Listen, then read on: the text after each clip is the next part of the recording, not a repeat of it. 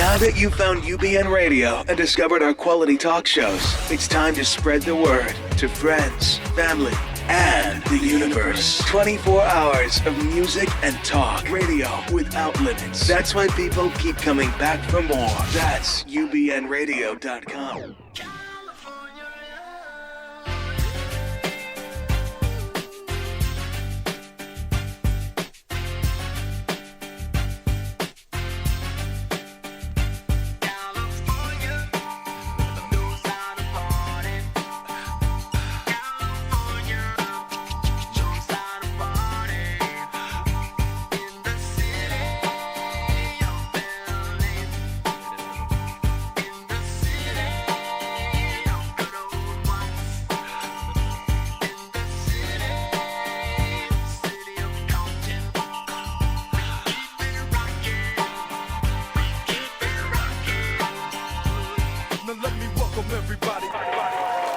Hey, welcome back to the Larry-yatesasis show. Just in case you're wondering and guessing and trying to figure out who this is, I am he. Or should I say in my Ebonic way, I is he. Don't. Please do not text me and correct me on that one. That was the very one I did on purpose. Now, the rest of them, I'm just going to mess up anyhow. So I butcher up names and the whole bit. Anyway, I'm glad to be back here. Excited.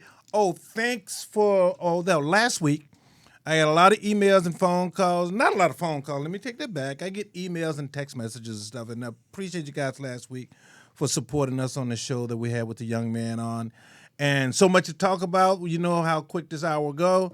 And there's a lot of sadness. And I've gotten to the point where it seems like every time we do the show now, I have to open up and talking about bloodshed, suffering, pain, hurt, misery, and what do you say?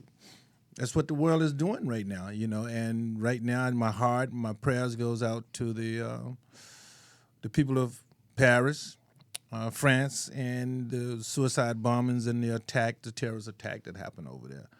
So I'm getting kind of choked up a little bit on it. I don't even know what to say anymore. I've gotten to the point where I'm used to I hate to say that, though. To say you're getting used to hearing it, that's something terrible, the mere fact that crosses my mind.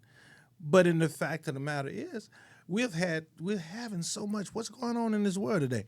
So what I'm going to do is just go jump right into today's and talk to the guests. And let's thank Miss Carolyn Wilkins. She's sitting here with us. And Carolyn, thank you for coming back and supporting the show again today. We had a lot of fun last week. We had a great time last week. Happy to be here again. And we're continuing the conversation about ideas of peace in the world. Well, you're going to have to pull me out of this I'm getting used to it. Correct me, bang, bang, slap me upside the head here a little bit. But I'm not sure if you're getting used to it in our heart, but on a psychological basis, it's not as shocking as it used to be. So I think that's part of what happens with recurring situations of gun violence and brutality and inhumanity, that we're not as frightened of it anymore. Although I will say that our hearts are all totally open to the people of Paris. Ironically, I was just talking about Paris last week. It's one of the favorite cities I've been to, and I've been there. You've been there quite a few times. I've been there quite a few times, 7 to 10 times. And I was thinking about when I'm going next, because there's nothing like Paris, especially Paris in the spring.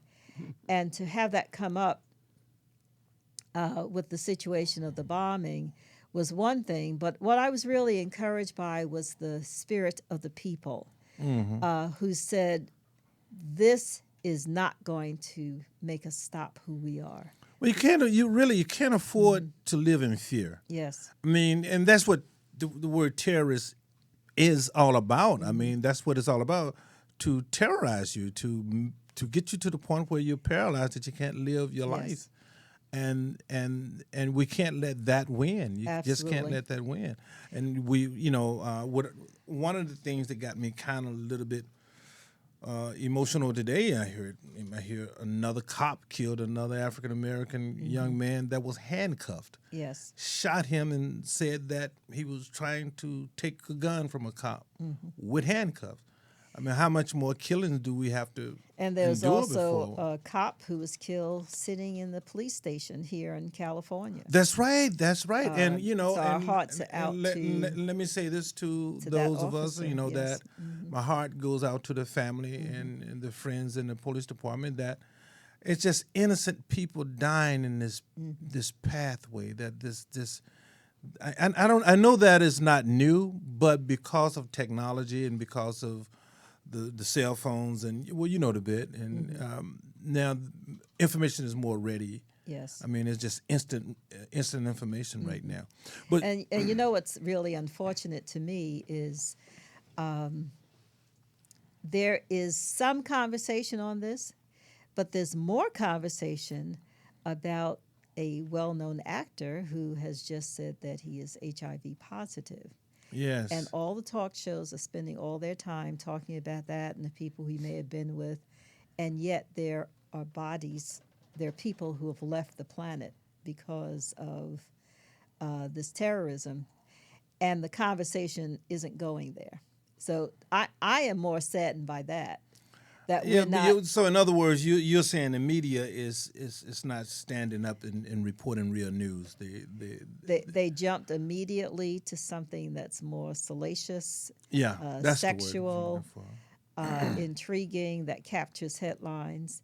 And my heart is out for him too, but I don't think that should be what we're covering right now. No, and also I think it was last week where, and because we're talking about violence, and the reason we're going down this path, not only because it's in the media right now, but this is going to tie into the guest today, and you're going to love our guest today because violence is what sparked some of the work that she's doing.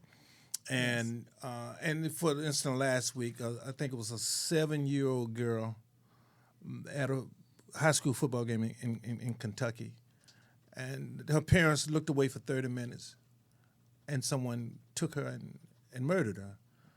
A 7-year-old child at a football game, and the thing about it is that with racism and xenophobia and religious against religion, and all of this anger and all of this madness, and then there are those of us that say, well, what can we do to make a change? What can we do to make it better? And that brings us to, I want you to introduce the guest. It brings, in fact, the headline for this week's newsletter was, "One woman can make a difference in this world." Jessica McCall is here from Jessie's Place, the new center in Rwanda. Yeah, let's give some applause and please for give Jessica. some applause to Jessica. And we also have Linda Romano, who is the executive director of Jessie's Place, who is with us also. And they're both here to talk about the magnificent work that's being done in Rwanda. In fact, they were both here a year ago. And since January, Jessica has actually relocated. She moved, she put all the stuff away and moved to Rwanda. So, Jessica, please help the audience know what life has been like in Rwanda. And tell us a little bit about Jessie's Place. Okay, I would very much like to talk about that, but I want you to know my heart does go out to the people in France. But I would also like the American people to know that living in Africa and listening to CNN, we are not told here about all the different terrorist things that go on in the world. Yes. France is very sad, but it's also prevalent in so many places in the world. Yes. And I think that we need to give more attention around the world to this. I think we have to give much more attention and join together for peace. That it's us, if we're going to have us against them, it's got to be peace. And that's the answer.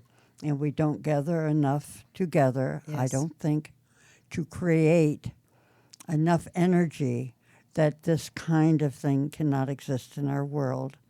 So I ask everyone to be conscious in our everyday life that we're living a peaceful life. And you, I and you, agree, and yes. Jessica, you're not just talking this; you're living it. I mean, you actually put boots on the ground, so to speak, and put your sweat equity and your love and your passion into it, and you're actually doing something. What got you on the path of deciding that you could make a difference?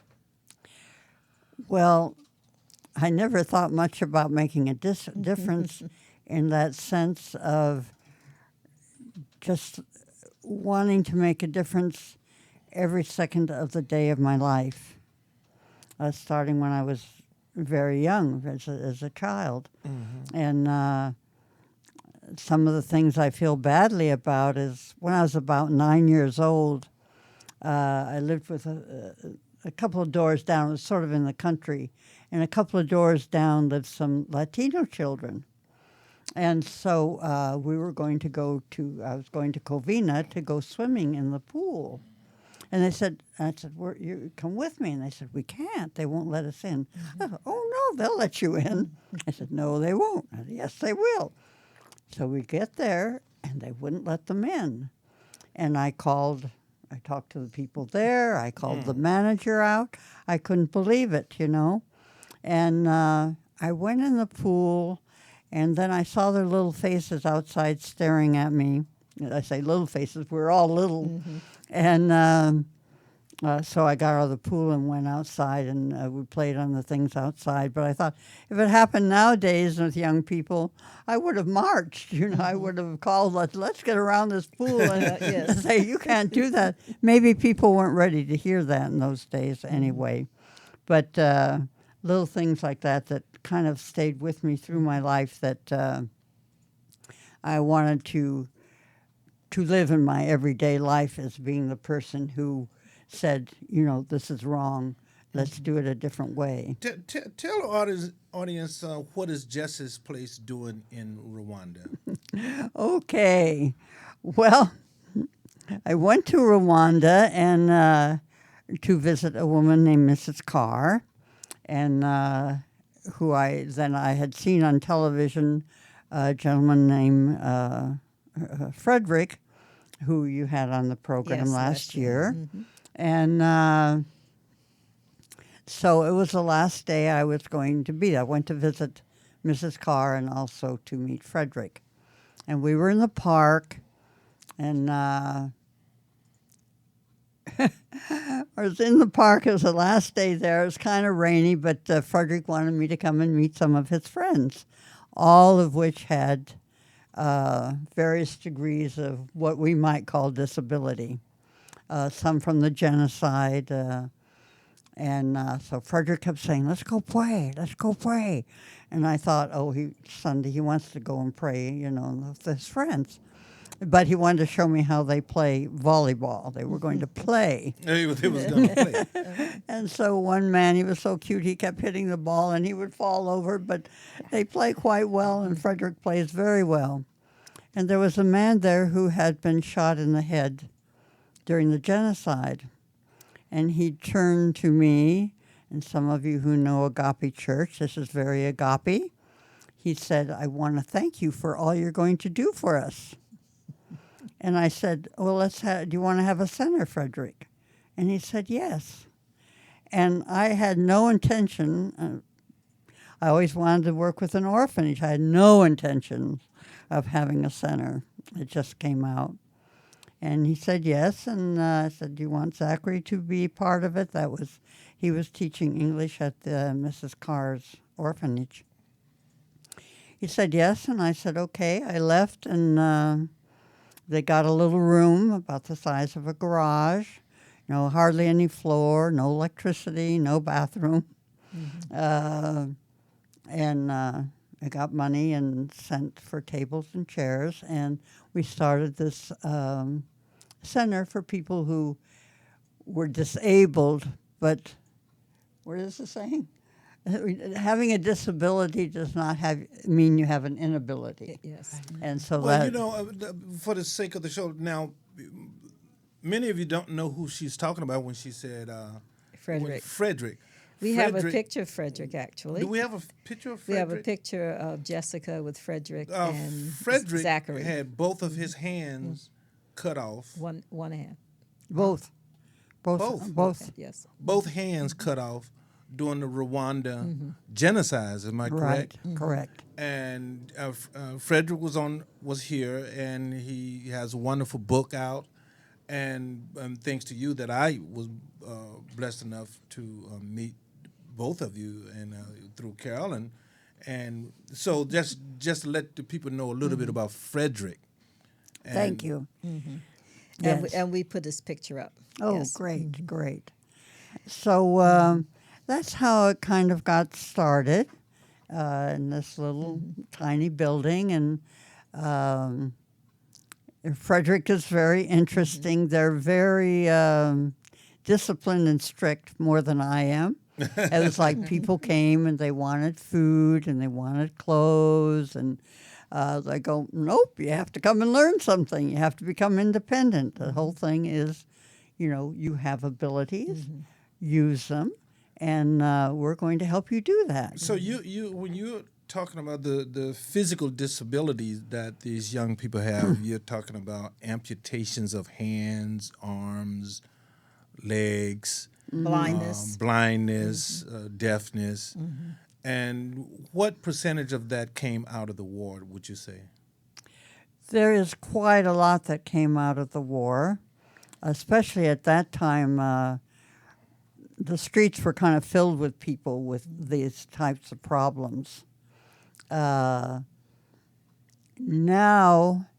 there's still a lot of disability by children being born without proper nutrition. Okay. And Also with HIV/AIDS. HIV/AIDS, and that type of thing. So now we're working with a lot of these children.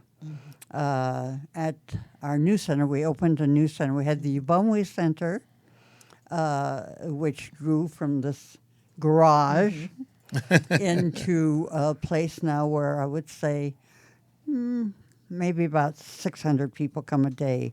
There's 2 schools, and then the community center. And now we have Jessie's Place Center for, it's called Jessie's Place. Caring for children and adults Well, with how did- special needs. Well, okay. Well, now And she it's spoke. weak How did you two young people come together? Well, I love to tell this story, so thank you for asking. About 9 years ago, I was taking a class at the University of Transformational Studies at Agape Spiritual Center. And our beloved teacher, she gave permission to Jessica to set up a table and tell the story about how she had found Frederick, had gone to Rwanda, and the whole story about the struggle of the people after the Rwandan genocide, and how she had decided to create a center with Frederick and Zachary, and that they were just trying to expand. And she had brought these beautiful handmade things. I'll just hold one up right now. Yeah, Dolls and we're things. going to show those. I'm looking Yeah. at all of these handmade These things. are what I saw, and sitting on the table, these types of things spread out all over. And as Jessica's speaking to me, Would you pass me one of those, please? or speaking to our class about the story and all that, something really touched my heart in a deep, profound way. I knew at that moment that I was going to be working, and that I wanted to work with Jessica, and that I wanted to help with this cause and to help the people of Rwanda that were having such challenges. And from there it grew, but it was a calling for me. It was a spiritual experience, and it's one of the main reasons I get up in the morning every day. I love it. I'm looking at this. I'm gonna move this away so the people can see. Look at this. Can you believe this? Yeah. Now these are all handmade stuff from the young people that works in the center. That come to the center. That come to the center. Now watch this. Watch this. Pa-da! Pa-da! Unity. Isn't that cool? That's unity. A unity doll. That's a yes. unity doll. I love that. We are one. Now where can people get these products? Is that? I'm going to keep this one over here next to me. I want to keep this next to me. I'm feeling good about this doll. I'm feeling good about this doll here. You know. Yes. But so the young people do crafts, arts, and Yeah, they also have jewelry. They have necklaces and earrings. I didn't put them on because I could take the whole bag. so now is there a website? The website is Jessie's Place, JESSIES PLACE.com. Wow, I'm looking at all of this product, and so not only you're teaching. Now, first of all, don't And these don't are let made this out get- of paper, by the way. Really? Yes. And those are made by very adult challenged people who came out of the orphanage. They had Noel Orphanage, which had around, at the genocide, 720 children. You can imagine trying to take care of 720 children with no food around, no medicine, nothing. They sat around a pot on the floor and ate with their hands and had no place to sleep. And anyway, when we got the center, they began to come to the center. And some of them, we try to have everyone do something to their ability. And some of the beads are colored by people who can color, or cut out by people who can sit there and cut out things. And it helped change their lives to be doing something. It's not only just doing something, but something they can see the finished product Yes. that they've done. Oh wow, yeah. To contribute, yes. It's To very be great. productive and then see Yes. the finished product and go to market. Some of it, Yes, watch it go it to goes market. to market. It's very fulfilling for anybody. And Yes. You was about to say something? I was going to say there are also cards, greeting cards, that are empty inside, but these are two examples with the giraffe and the ladies, and these are made of grass, right? Or They're dried banana dried leaf. banana leaves, yes. Dried banana leaves. Yes, and then are cut also there's up. some cloth on those. There's cloth and, Yes. and banana leaf, and it's a very interesting process that they use to dry the banana leaf. And I was told by them, because I talked to them, my Rwandan friends, on the phone once a week, because they're always in Jessica's room, and I've gotten. I have so many friends there now. They were telling me that I say, it's the banana leaf, but there's different shades of color. Where does that come from? Apparently, when it's dried, it dries and has different shades of tans and browns. It And, dries into its own color then. yes. Yes. And then they are creative in the way they have put these down. Now, of course, Frederick is an amazing artist, by the way, and has a whole collection of pictures that he's done and that have been for sale, and he's traveled around the world showing those pictures. So, again, being disabled does not mean that you're not able. Well, let me ask you a question. Also, now, what are some of the educational skills that they're learning at the center? Well, at the Bumway Center, we have the two schools, a primary school and like a nursery school or kindergarten. And but at our new center, we have many of the children. I call them children. Some of them are adults. They lived at the orphanage the whole time, some of them for 20 years. And this year, they closed down the orphanages, in Rwanda. and they tried to get the children back with either a parent or a foster parent. But these are children that no one wants to take. You know, they're older, they're very challenged, okay? Yes. And some are young and some are a bit older. And they got Point Foundation got 4 homes. Oh, wow. And right around the center. And it was so exciting to be there to see these children have a home for the very first time in their lives. Beautiful. Oh, my goodness. You know, we have 3 people that work in each home, so they have the mother and the father, we call them. Mm-hmm. And under our program, under Jessie's Place program, we have the home visit program. So I see these children every day, and then during the weekend, we have put together music. We have a music program, so we go to one of the houses. There's 4 houses, and then we have 2 houses, one for blind men and one for blind women. So each week we go to a different house, and the last house we go on to the blind people's houses. And we play music and play shakers or dance if they can dance, or sing if they can sing, or whatever they can do. And I don't know how I got off on that. No, but that's great. Well, what about Wonderful technology? joy Is and, technology entering into the picture there? Right. We have a computer class. We have some of the blind people actually have learned to speak English by using the computers. Oh, wow.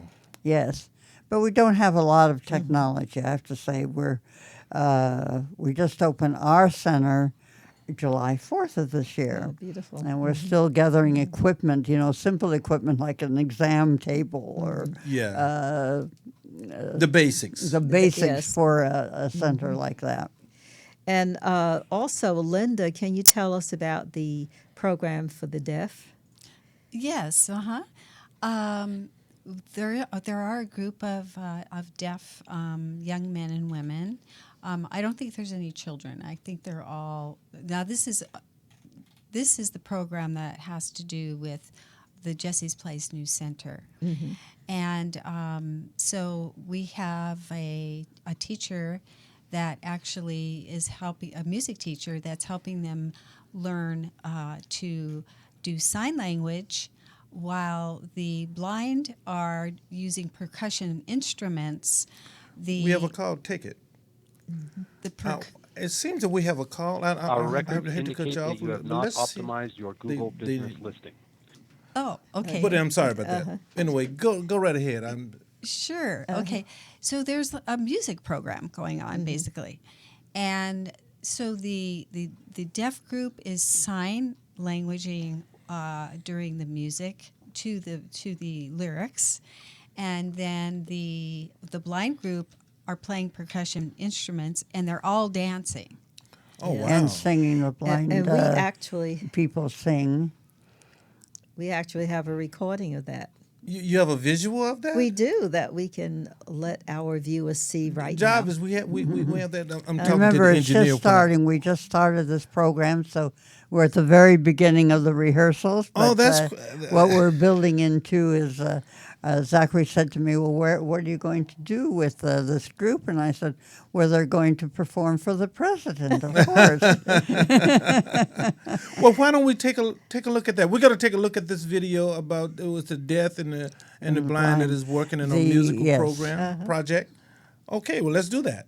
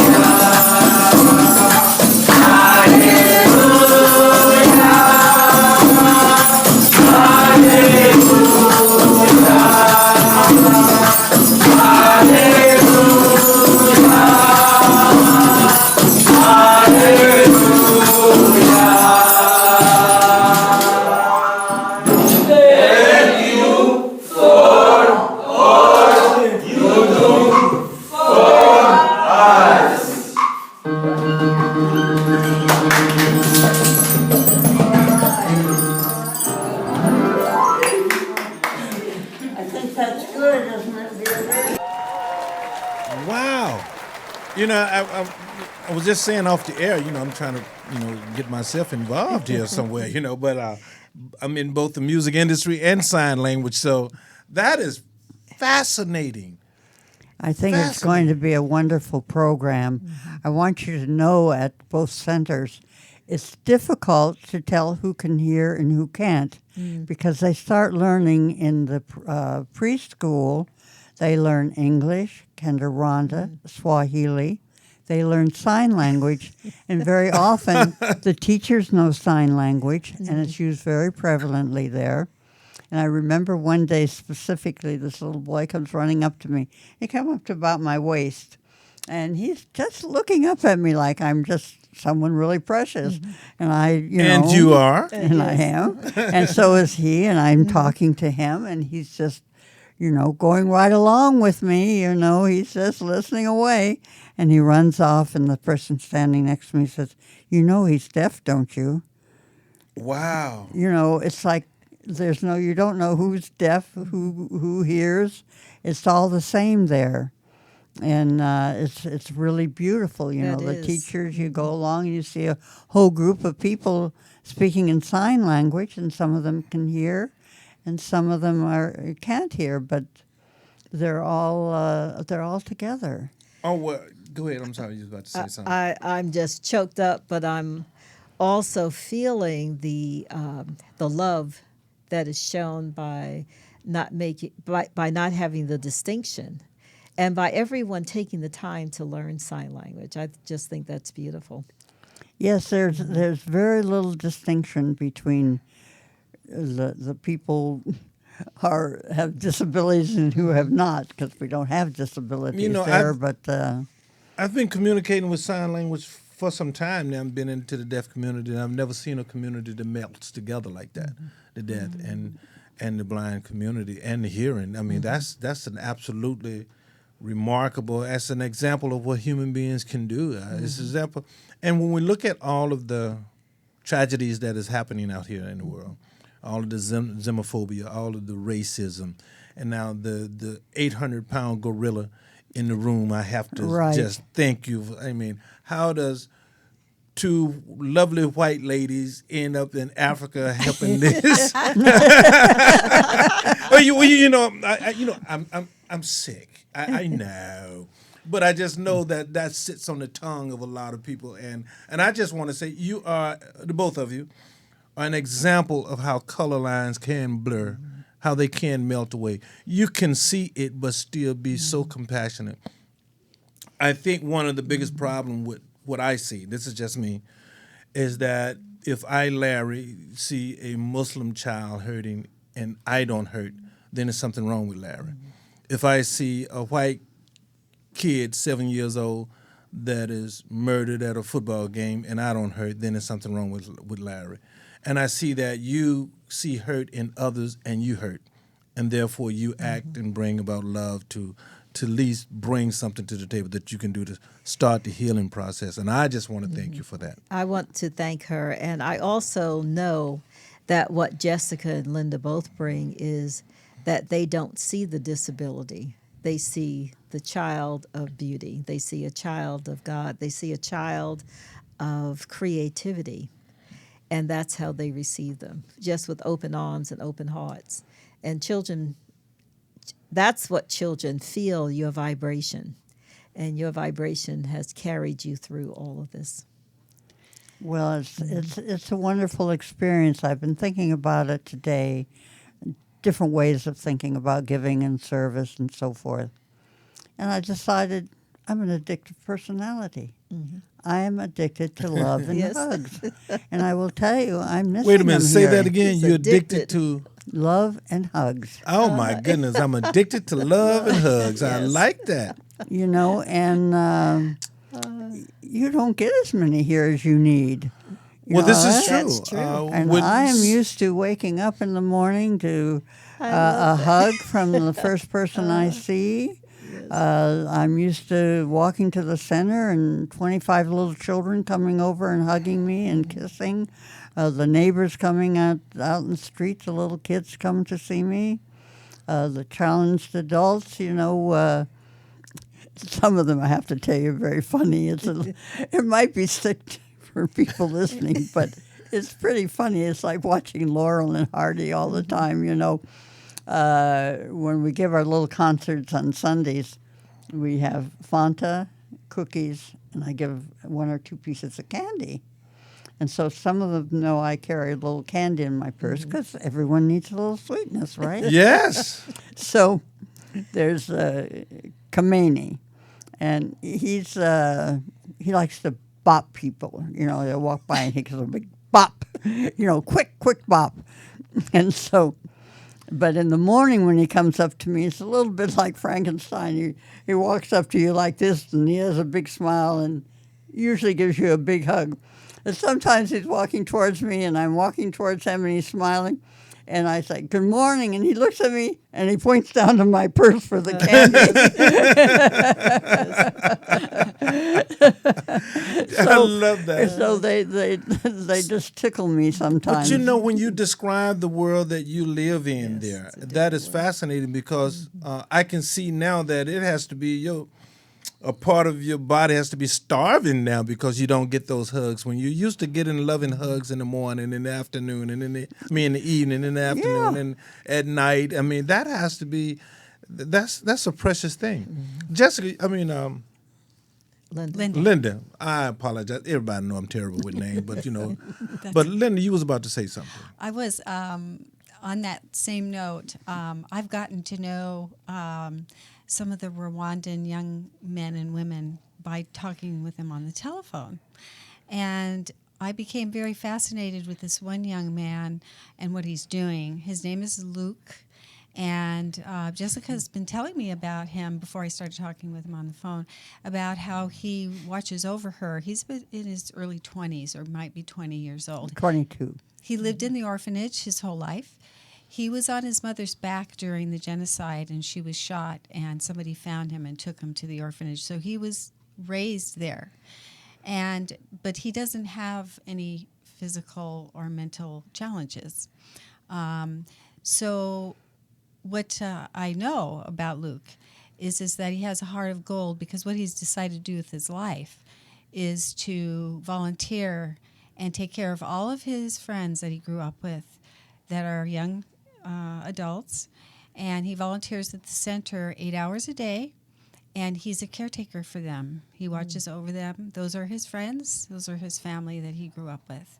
And then on his off time, he's protecting Jessica, holding her arm, because it's very rocky with volcanic sort of rockiness terrain. Mm-hmm. And Jessica needs an arm to hold. So he's a prince of a man. And we call him our Tootsie Prince. Tootsie Prince, even though there's no Tootsie, no Hutu. There's just Rwandas now. We just joke about it. Mm-hmm. Luke is wonderful, and I'm his mama now.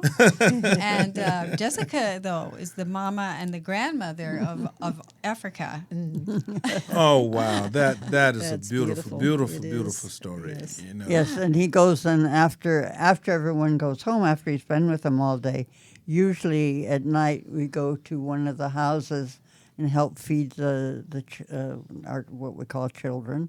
Sometimes we go to 2 houses or a couple of houses on the weekend, and he always helps me through the rocky spots, literally. You see, this is Jess's place. You know, this is the type of organization that we really have to find ways to support. Mm-hmm. And those of you that is watching and saying you don't know what you can do, I know sometimes it seems so big. Well, support someone like Jess's place.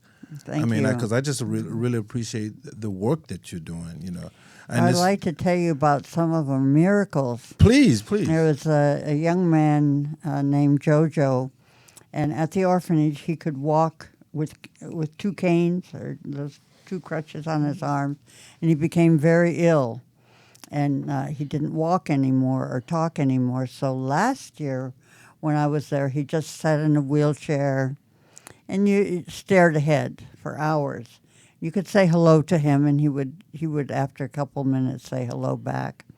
And they had to carry him everywhere out of the wheelchair. He couldn't walk at all.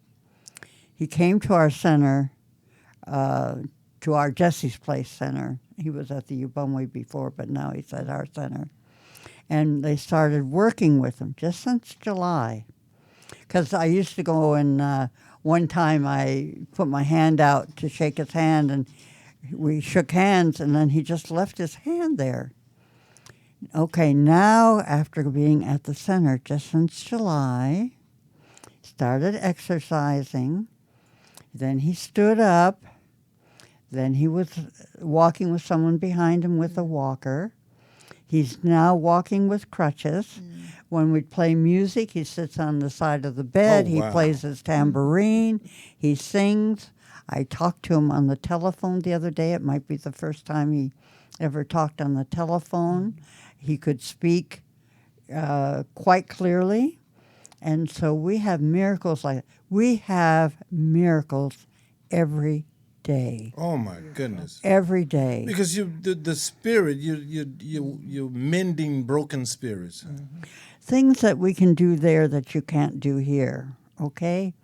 We have the little children, or we can, I can hug them and kiss them, and we can hold them and help them up, and we're with them. We have the most incredible volunteers. We had young men who last year lived next door to me on the same property, and they had to move because they took their rooms over for storage.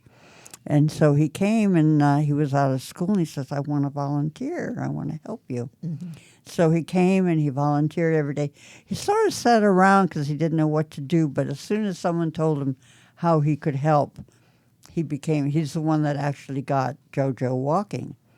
And so he came to me, and he said, I'm starting school, and I'm registered for the day school, but I could register for night school if I had $15 a month, and I would volunteer here all day. So Linda got him $15 a month, and so he volunteers 5 days a week, For $15 all a day, month. That's amazing. and goes to school at night. University. University. Let me say something that you said that was so. You said something that was just so powerful. Is that you can hug the kids, you can embrace them, you can touch them, and here in America you can't do it. That's a sad, but it's true. It's true. But it is true, and you can see the difference that touch and hug and embracing. You've seen the difference that it can make. Yes, we speak to people who work with if they challenged come through, children did here. they come through? They on? Okay. Looks like we have a caller. Why don't you put your headphones on there? Caller. Hello, Larry. This is Joy. Oh, hi, Dr. Joy. How are you doing? I'm doing fine. I don't know if I can talk. I'm really choked up here. I'm just so moved by Jessica and Linda and the work they're doing, and it's an emotional experience, a big inspiration in the time when all we're hearing about is all the bad stuff, to hear the wonderful miracles they talk about.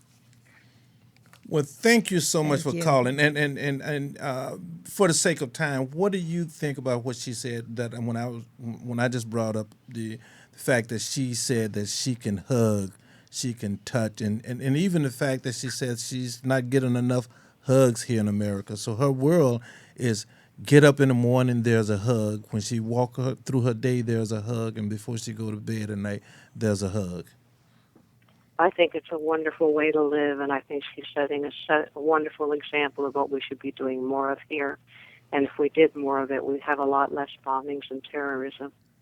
Well, thank you so much for calling us, and just you mean the world to the show, and thank you so much. And Jessica, is there something you want to say to Joy? Well, thank you so much. It makes me want to cry. I appreciate so much that you were touched by what I say, and that I am touched by what you have to say. Thank you very much. You are an inspiration, both you and Linda, Jessica, and I'm just very grateful you're in this world. Thank you so very much. Thank you so much, Joy. Thank you. And Thank you, we'll Joy. talk later. Yes. Okay, bye-bye. Thank you for calling. And I also wanted to say that My relationship with Jessica and Linda is one, I'm an advisor to Jessie's Place, but I'm also the Global Works Ministry that I manage. Jessie's Place is one of the partners that we have as one of the non-government organizations that we donate funds to and try to support spiritually and financially when we can. So I have been able to support them and help other people meet them with the wonderful work that they're doing. And we have only a few minutes left, and I'd like for Linda and Jessica to talk about the annual gala that's coming up that will help raise money for the good work that they're doing and also allow people to provide funds and donations to the organization. Linda, before you get started, brush that beautiful hair down. The headphones got her hair out. She's so purdied up there. Thank you But so please go right much. ahead. First, I want to thank Reverend Carolyn for all that she's done. She's been by our side, really from the beginning. And I can't thank her enough. Jessica and I, really respect Reverend Carolyn and the love and the outpouring of her support. Once again, now what's the website? jessiesplace.com, Jessie's, JESSIES -PLACE. And I know because I designed it. Yeah. Reverend Carolyn designed our website amongst many other things. We're at the tail end of this show. So please talk about Can you spend a minute? You got a minute, yeah. On Saturday, December the 5th, we're having what is called a Party with a Purpose, a benefit for the people of Rwanda. It's going to be held in Santa Monica at Bergamot Station at the Andrew Weiss Gallery at 6 p.m. And December the 5th, Saturday night, we're going to have music, African music. We're going to have food. We're going to have a special guest speaker, Dr. Levi Harrison is going to speak. It's going to be fun. It's going to be enlightening. It's in an art gallery. It's going to be interesting. Jessica's going to speak. I am so looking forward to that. Oh, my goodness. Now, And the goods are for sale there. As we close, we only have one more time. The website is Jessies-place.com. Okay, Jessie, please. Now, at the end, so we end the show by giving everybody just a quick word. Give us just a quick words of wisdom to say goodbye to. Started with you. We're going to go around. Okay. Peace is of the utmost importance at this moment in human history. Thank you so much. Jessie? Be personally responsible for the peace you bring to your family and your friends in your everyday life. Thank you so much. That's very powerful. Carolyn, you want to say something? And I would say I love the idea of hugs and love, and you can do it with your words even if you can't do it with your body. Absolutely. Normally, I have a lot to say. I'm going to leave it right there. I'm going to say this, and you guys just proved it. A nation can rise no higher than it elevates its woman. Peace. See you next week. Thanks a lot. Thank you.